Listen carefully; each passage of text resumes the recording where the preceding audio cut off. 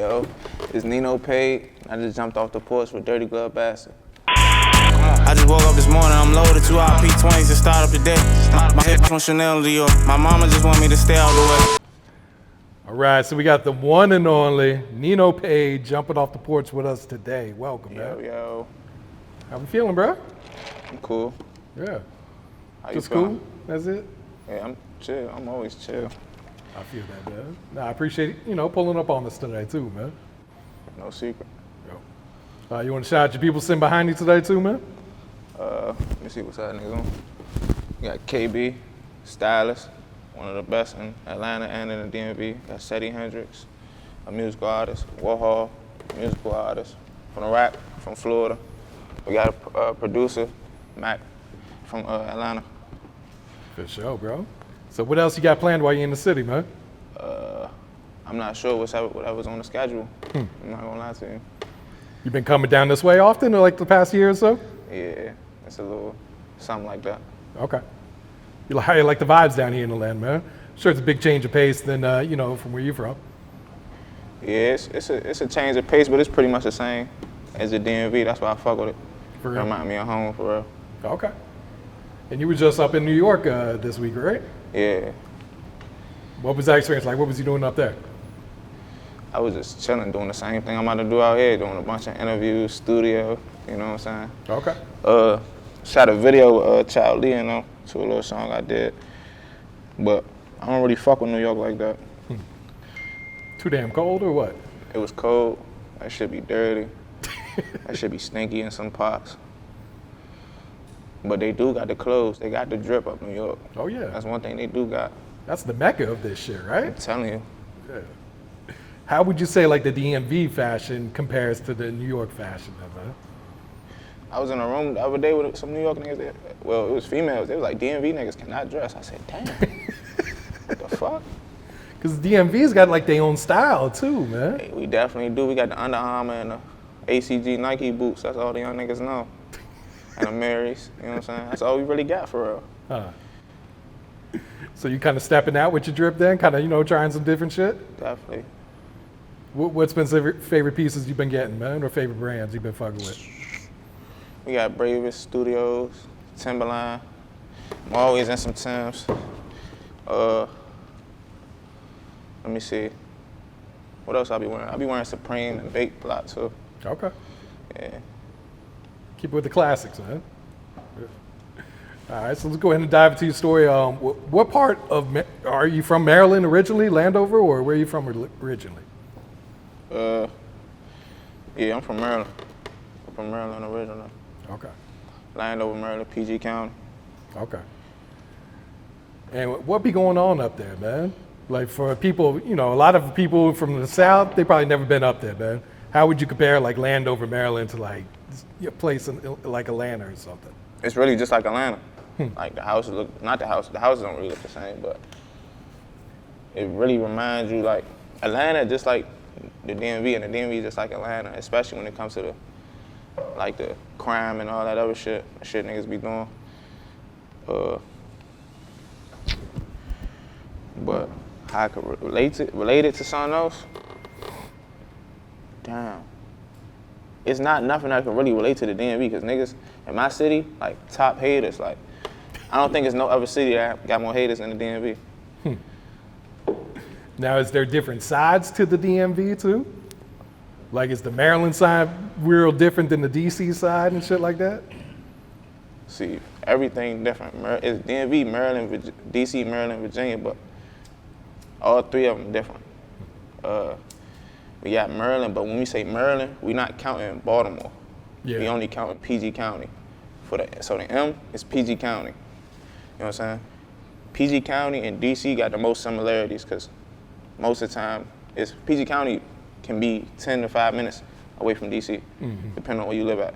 So a lot of times, the niggas from DC move to PG County, and the PG County niggas move to DC, so the cultures is the same. Okay. But Baltimore and PG County and DC is two different things, and Virginia.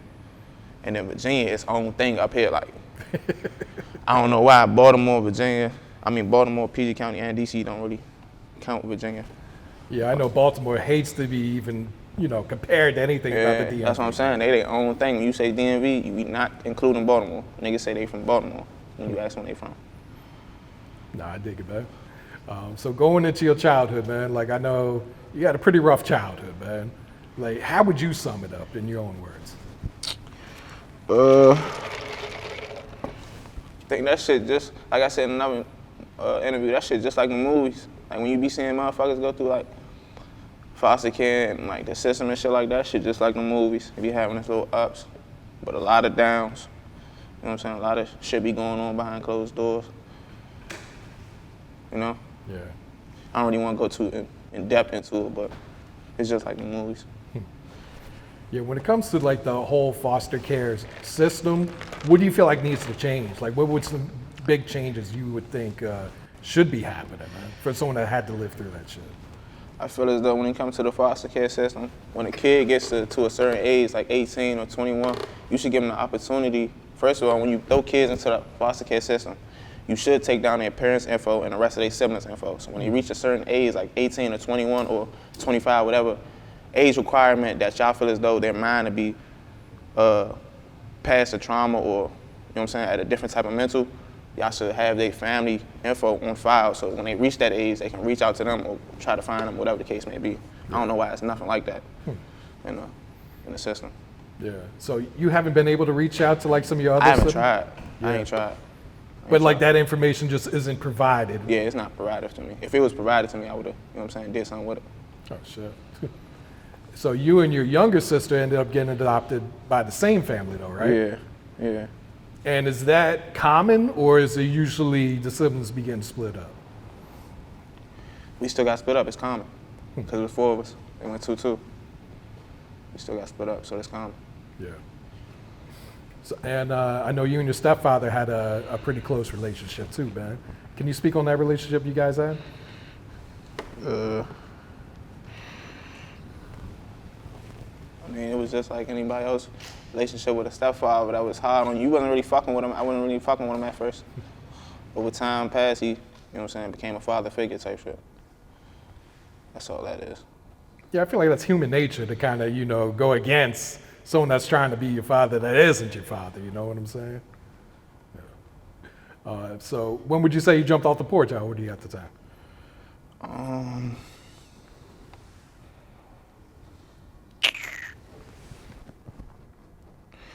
First time I was on the run from police, I was in 8th grade, so I was 13. 13, yeah. But then when I really jumped off the porch, like started doing shit by myself and all that shit, I was probably like 14. Oh, shit. Turning 15. What was you running from the police for when you were 13 then? I had stole some money. I had stole like, I think it was six or 7 bands. And I had took like all my friends from middle school. I had stolen early on, and I was like handing it out to certain people to have them do something for me in school. You know what I'm saying? Because I was in ISS. ISS is in-school suspension. And I was in there for the whole year. So like I was never able to go to a classroom. Every day I come to school, I got to go to this one room with 7 other motherfuckers and we in there for the whole year. But, so I was giving money to niggas, have them do something for me. So I guess some of the kids kept getting caught with like money and shit. Like, so if they got like $200-300, we in middle school, like where the fuck you getting this money from? God damn. So then I had said, fuck it, we gonna skip school one day. I took a couple of my men and the rest of the money I had. And we just went splurging at like the mall that was closest. And we came back the next day. And I think one of my men had got caught because like he had on knew everything. Like we went nude down to the socks and drawers, like everything they had in the store, you know what I'm saying? So he had got caught for that. And then another nigga came into play and he pointed out it was me. He wasn't even on the team type shit. He just came into play and he pointed out it was me because I think he was on some eating shit. And then they pulled me in the office and they was like, wait right here for your parents and we gonna call the police and shit like that. And he left me in the office. As soon as he walked out the drink, I ran out to school. So that was why I was on the run. And then they had the police looking for me and shit. How far did you get until you got caught? I didn't get caught. Oh, okay. I went home. You just went home? Yeah. What happened when you went to school the next day? I actually don't remember. I know shit went back to normal though. For real? Yeah. And what was you in ISS for the whole year for? What the fuck did you do? Man, I was just one of them niggas who just kept doing shit. Like they was sick of your ass to put you yeah, in like for you a know whole how year. in school niggas ain't never had one of them joints in the science class. It had the little shower and all that shit. You could, but it was always do not touch. I was one of them niggas who touched it. Like I think that's really why they put me in there for the whole year. I think that was the last straw. I had cut on the shower in the science room, and the shit wasn't cut off, so now the whole classroom was flooded. So just doing stupid ass shit then, huh? Type shit. Wasn't no reason for it. God damn. Did you end up finishing school? Yeah, I got my GED when I was locked up. Oh shit. Still made it to a semester to college and all that. Okay. What were you locked up for at the time? Bunch of breaking and entering, robberies and auto theft. True. Did you do a lot of time, or was it pretty much in and out? It was in and out, then it was like 18 months. And then I Gotcha. came out. Where you at mentally when you come home after those 18 months then? Huh? Where you at mentally after those 18 months? Like you feel like you need to turn your life around type shit? Or? Don't nobody be the same after a little bit. Like niggas start talking less, niggas start observing more, cause, I mean, if you got sense, you come home, you change your whole perspective on the world type shit because of what you just seen when you was locked up and how you had to act. So most niggas don't be coming home the same. They come home at least a little bit more mature. Yeah. So what you do at the time? Did you get like a regular job type shit or? Yeah, I started working for UPS, Okay. but that only lasted for like a month. That only lasted like a month, and after that shit was done for. I had 2 jobs. I had 3 jobs. I worked at UPS, I worked at McDonald's, and I worked at this place where they put the mattresses together, another warehouse. Oh shit. Yeah. But What- shit wasn't working. Why'd you end up quitting UPS after a month though? Nah, they fired me. I just was coming too late. You know what I'm saying? I wasn't never good on the time when I was going to work. And at this point, were you making music at the time too, or? Yeah, I always been making music. Okay. I just wasn't dropping it. How'd you fall into it at first then? I don't know, I couldn't even tell you. I've been making songs since I was like 8. Oh shit. So that shit's always been in me. No Diddy. Like, was there certain rappers you were listening to at 8 that were kind of inspire you to try at it then? Like, were you just? I was just dibbling and dabbling. Now, were you letting other people hear the music you was making back then? Yeah. And niggas was always like, bro, this shit hard. You gonna blow. Like my whole life, I never heard like, nah, you some shit. So I always had a little feeling like, I might could really do music. So at what point do you finally start dropping then? Shit.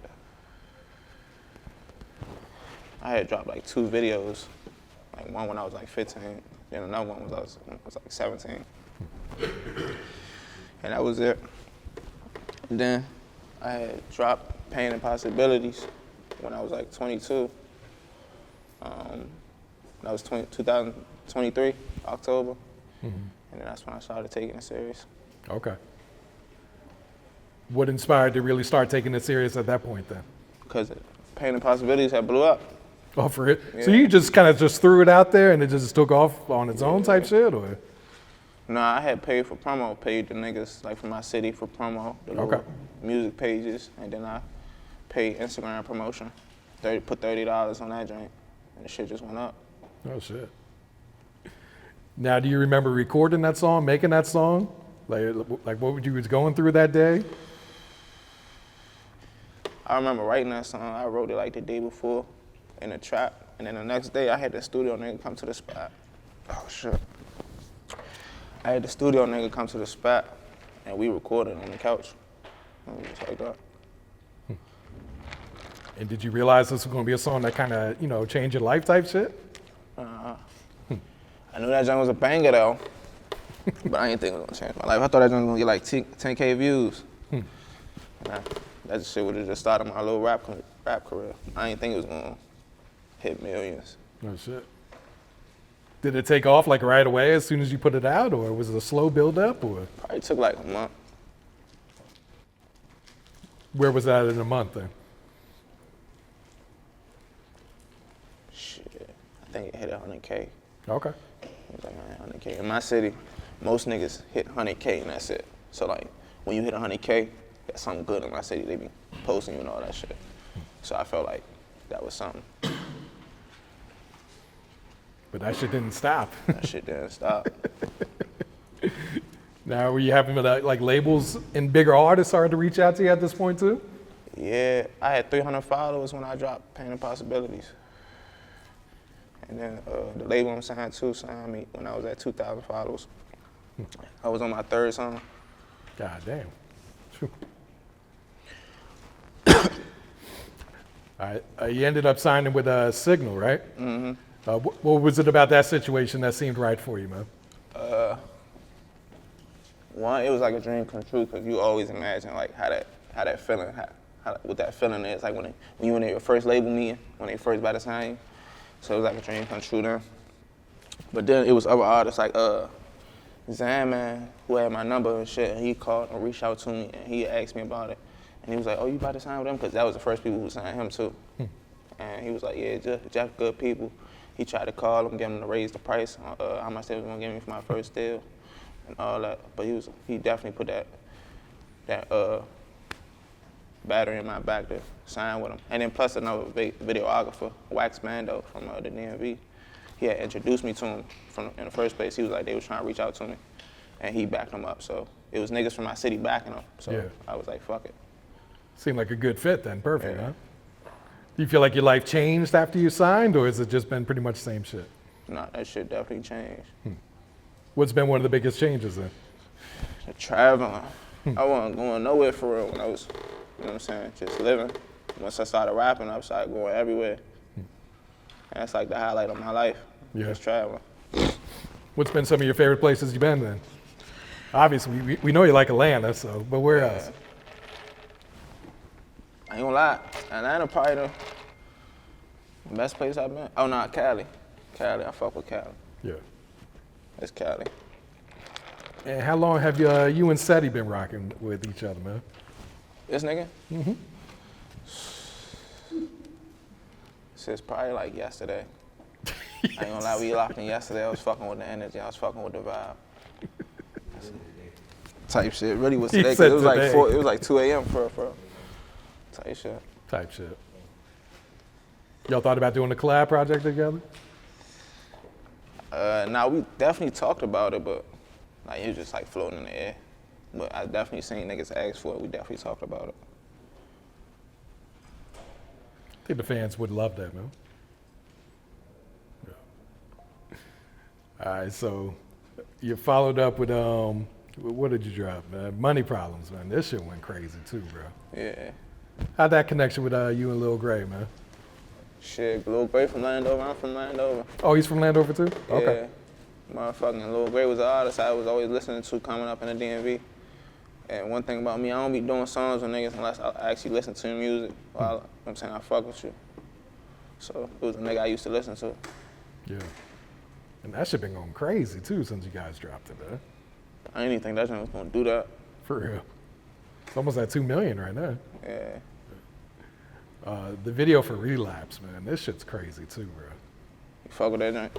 Shout out my boy Deshay. He just shot another video I'm about to drop soon, probably like this week or next week. That shit crazy.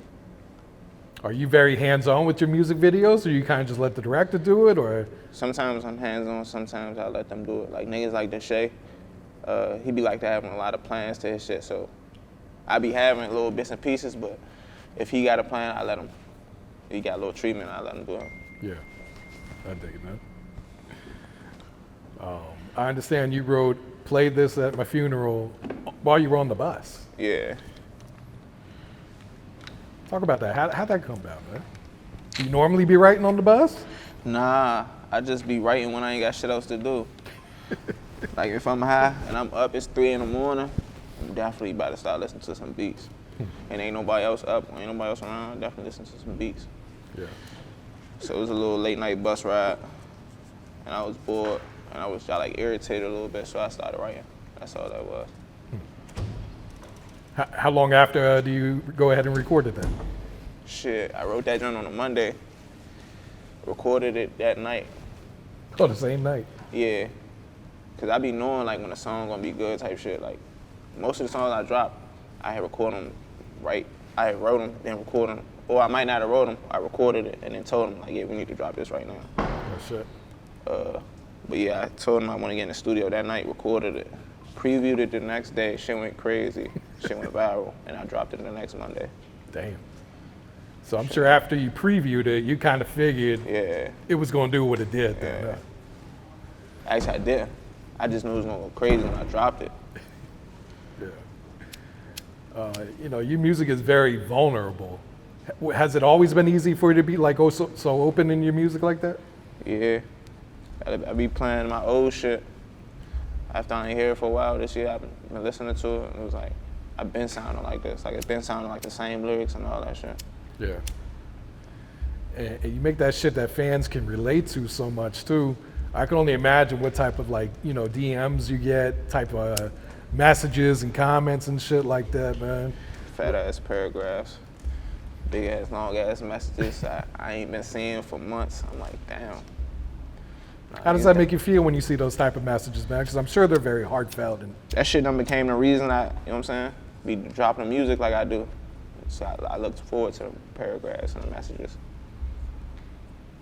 yeah, because I'm sure fans telling you like how this shit probably got them through a certain situation, or that they was able to relate to it, you know, in some way like that, to where it's like it gives your music a whole another meaning, you know. Uh-huh. To where it's probably real therapeutic for you, but it's helping other people get through their shit too, man. I'm sure that's going to create like this cult-like fan base that you've been building up too, man. You gonna be like, this nigga flick the lighter 50 times. You and Baby Chief Do It. Y'all drop that COOLN, man. Ain't no overlighter? Shit fucked up like that? Ain't no overlighter? You said, what about me and Baby Chief doing? The song COOLN, man. Yeah. How'd that shit come about, man? Shit, that shit was just on some spontaneous shit. I was in the stew. Me and Baby Chief was in the stew, but I had to go to Mac's crib at like, I think it was like 6 that night. One of y'all got a lighter? Motherfucking, it was like, I had to go to Mac's crib that night, and I just asked him, shit, you wanna go? He was like, yeah. So I went to Mac's joint. Max wanted me to do another song, and I told him I had Baby Chief coming through, and we just did it like that. Oh shit. Just like that, huh? Because that video's been going crazy too, man. Because I don't think people expected you and Baby Chief Do It to do a song either, man. I didn't expect me and Baby Chief to do a song. How the hell did that connection happen anyway? Now, I fuck with this shit, but I think both we had a musical connection on both sides, and they wanted us to work and shit like that. Okay. So then we locked in with each other, and it was just like that. Yeah. And he's pretty mature for his age too, man. Yeah. That nigga be dancing 24/7. No, he really be dancing 24/7. But he's just like me. I fuck with it. I fuck with it. Trust me, he was dancing all over this porch when he was here, man. I'm already knowing. All right, so we got the new single, Joey's Story, man. Just talk about the inspiration for this song, man. Like, what was you thinking about? What was you going through this day, man? Shit, I heard the beat. A lot of my songs, like, with the inspiration come through, with the songs that come from the beat. Like, whatever I get from the beat, that's what I write about, or that's what I rap about. So the beat kind of gave me, like, a story time type shit. So I started writing a story, but then when I was writing a story, I was gonna write it about somebody killing me. So you know what I'm saying, some type of, or in some type of way, giving up in life. But then I realized I really had a story that connected to, you know what I'm saying, my big brother had killed himself. So I just decided to write it off him. Oh shit. Type shit. And when you get done recording the song, how you feeling about it, man? Nah, that shit was fire when it came out. Then. Yeah. And fans really eating this shit up too, man. They loving this song. Yeah, niggas been DMing me for the past couple months, like, bro, my name Joey, boop bop bip. You know what I'm saying? Niggas been DMing me, yeah, my brother died the same way all types of shit. I didn't realize as many as people it is in the world connected to the same type of stories I be putting out. Yeah, that's the power of music right there, man. Facts. Yeah. Should fans expect a project this year from you? Yeah, we dropping something next week, this week? Next week.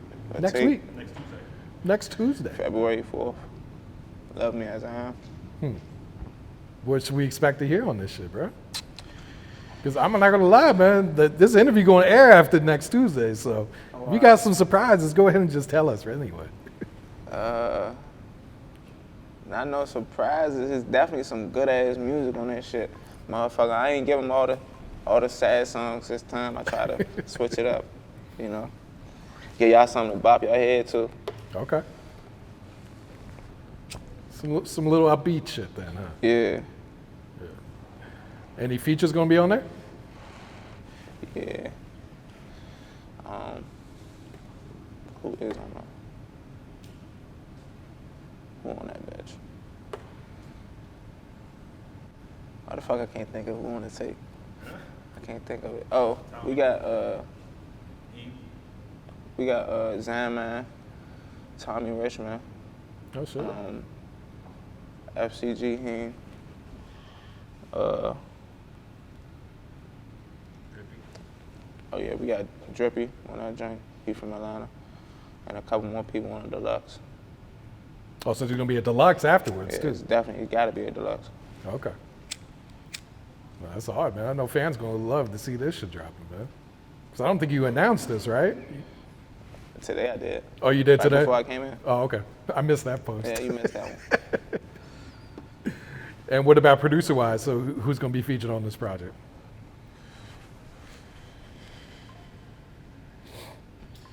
I ain't gonna lie to you. I be fucking with like the startup producers or like the producers that's just finding their way. So Yeah. I really can't. I know it's Finny on that motherfucker. We got Mac on that joint. I think we got Sparkeem on there, and a couple other producers. Okay. What's your thoughts on the music scene in the DMV right now today, man? What you mean by that? Just like the artists, the sound that's coming out, the support from the area. I'm fucking with now. Niggas switching up their swag now. Niggas actually trying to use real beats and rap about something. I'm fucking with it. Yeah, a lot of fans say that you bring like a different sound, like a breath of fresh air type shit to the area, man. Yeah. I be hearing that. There's a lot of people be on that drill shit up there, right? Yeah, that's all we got for real. Free call music. That's what we call it. We don't call it drill. Do you feel like the artists are real supportive of each other up there, or is it just everyone doing their own thing? Some niggas is, but then there's some niggas that's not. But it's like two, three sides to this shit in the DMV. So like the sides be supporting each other. You know? Yeah, you mentioned Zanman a couple times though, man. He sounds like he's been showing you hella love though. Yeah, that's bro. That's bro.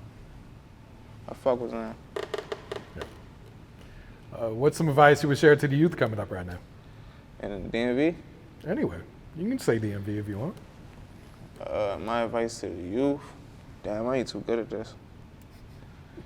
My advice to the youth, try to find a path that don't involve the streets as much, you know what I'm saying? Nobody got to be in the streets, but especially some niggas, there's a lot of niggas, the streets not even for them. Like they could be doing something else with their life. And if you feel like there's something else you could do with your life, try to pursue that. So you don't put yourself in a situation where you fuck your life over and you never get to do that. That's my advice to y'all. Nah, well said, man. Looking ahead, 2025, man. Like, what should we expect to hear from you this year, man? A lot of songs we switching the swag up. We gonna go a different area with the beats. I might even put out some auto-tune shit this year, singing on niggas.